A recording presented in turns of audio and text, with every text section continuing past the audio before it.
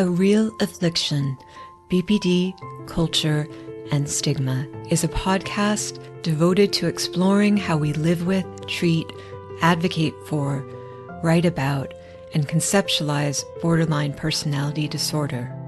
My name is Cynthia Gralla. I'm a writer and teacher with a history of BPD. In the first year of the podcast, I'll talk to advocates, researchers, writers, and therapists about how we can revolutionize understanding and treatment for this highly misunderstood disorder.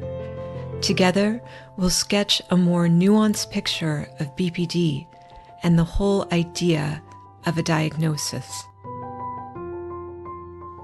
So, not only do clinicians say you have borderline personality disorder, like you have pneumonia, but people themselves say that long before anybody gave them a term for that. They're constricted by a very narrow horizon of what they believe their human existence is. And they find it inescapable. They try. Nobody tries harder than a person in the borderline style.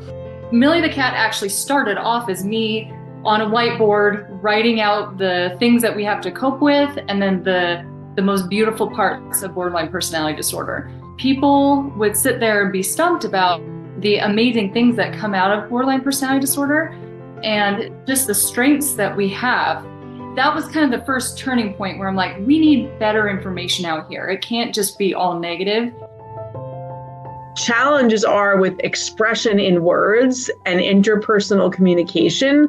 Expression in other mediums is just natural and fluid and anything that can get emotions out. So that's why whether it's acting, theater, dance, the written word, poetry, comedy, improv, art. And so we try to highlight the strengths of people with BPD. I've never been in a room full of this many people living with the same disorder, but know that it existed. And so shared experience can be really supportive and collaborative. And above all, we'll share our hopes for the future of BPD advocacy and treatment. My number one hope is that we can continue to make treatment more accessible. I think that we need to be making sure that people have access to care that's going to be helpful for them. I think every person with BPD deserves that. It's a fundamental right. Despite all of the stigma about people with BPD, the folks with BPD I've worked with and that I know personally are some of the brightest lights in my life. And they deserve podcasts like this. They deserve attention to these issues. Please join me for the first episode of A Real Affliction on April 19th.